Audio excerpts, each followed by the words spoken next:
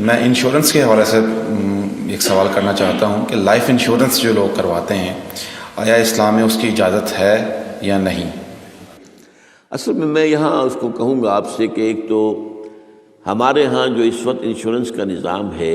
وہ لازماً گتھا ہوا ہے سود کے ساتھ، لہذا اس شکل میں جو اس وقت انشورنس ہو رہی ہے وہ تو حرام ہے، اس کے حرام ہونے میں کوئی شک نہیں ہے۔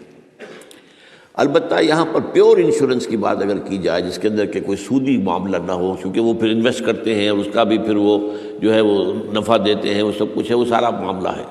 اسی لیے جس نے کوئی بڑا بینک بنایا اس نے 7 انشورنس کمپنی بنا لی، حبیب بینک بن گیا، حبیب انشورنس کمپنی بن گئی، وغیرہ وغیرہ۔ آدم جی بینک تھا، آدم جی انشورنس بن گئی۔ البتہ یہ ہے کہ جہاں تک ایک مثلاً یہ کہ ایک انشورنس اس طرح کی ہے کہ چند تاجر جو ہے وہ بیٹھ کر طے کر لیتے ہیں کہ بھائی ہم اتنا ماہانہ ہم سب جمع کریں گے تاکہ ہم میں سے اگر کسی کو بڑا لاس ایک دم ہو جائے تو ہم اس کو کمپنسیٹ کر کے اپنے پاؤں پہ کھڑا کر دیں، تو اس کو کوئی حرام نہیں کہہ سکتا، جائز ہے۔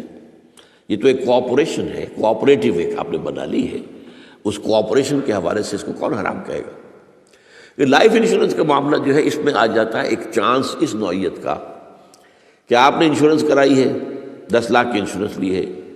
آپ نے ابھی 2-3 پریمیم جو ان کے دیے ہیں کہ آپ کا حادثہ کے اندر انتقال ہو گیا، اب اتنے پیسے آپ کو مل جائیں گے، یہ آپ نے how did you earn it?